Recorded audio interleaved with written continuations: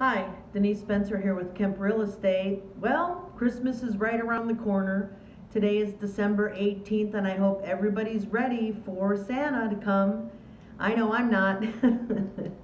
I just want to talk today about some HUD properties, some HUD, just a little housekeeping things, whether you're a buyer's agent or a buyer. We, Kemp Real Estate, we are a listing agent for HUD. And I just kind of want to talk about the bid process. So if you are a buyer and interested in purchasing a HUD property, I strongly suggest that you watch the HUD Home Store site. Now when you do that, you can search by county and narrow it down even further and search by city. So by doing that, what it'll do is it'll pull up everything that's available in the area that you're looking. And if you are interested in putting a bid in that particular property, you're going to need to have a buyer's agent that has an NAID number. And as a real estate agent, it's a process you have to go through. It doesn't cost you anything. You just have to do it through your broker. It has to come through your broker. That NAID number is broker related. Now, all of the contracts and the offers can be done electronically, and once you do get an awarded bid, it's all done electronically.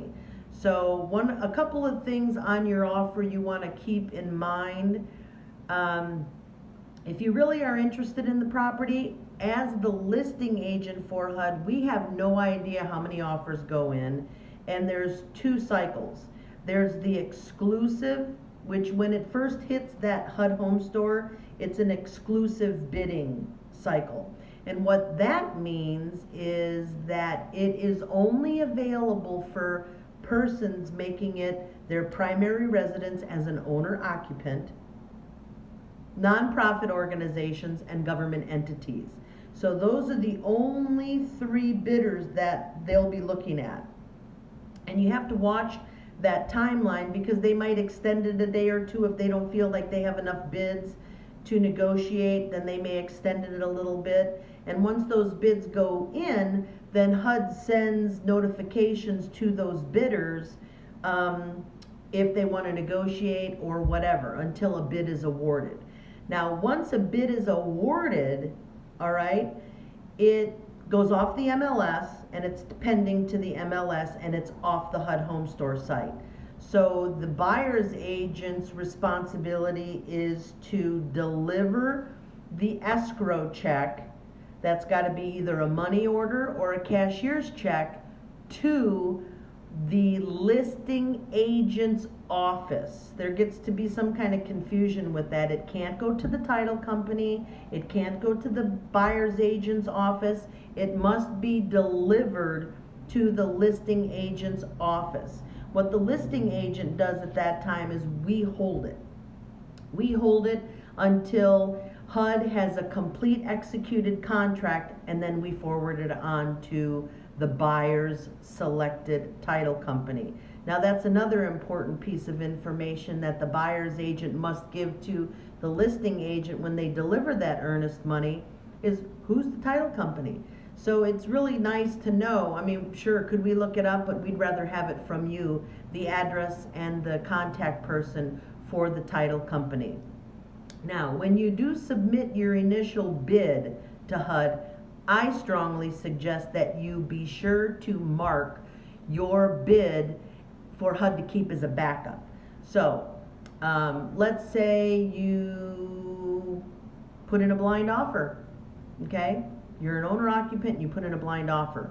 Bad thing. You never want to put in a blind offer on any property. You want to go look at that property because you're doing not just us a disservice, you're doing yourself a disservice. So you're going through all this paperwork and all this process to submit a blind offer on a home you've never looked at. So once you get the bid awarded, you go look at it and you're like, oh, I don't want that property, so you cancel it. So we got to start the process all over again. So just a couple of tips. Please make sure you view the property before you put in an offer. Mark your property as being held for backups. So what that does is if a bid's canceled, what's already in their pool of what bids they've had, they'll go back and look at those bids, and maybe one of them was good and they'll re-award it right away. So we get a lot of calls from agents, oh, we have to take it on the MLS as active pending, active pending. So anytime a bid's canceled, it goes back to active. Once a bid's awarded, it goes to pending. So it doesn't change HUD's site as fast as what we change the MLS.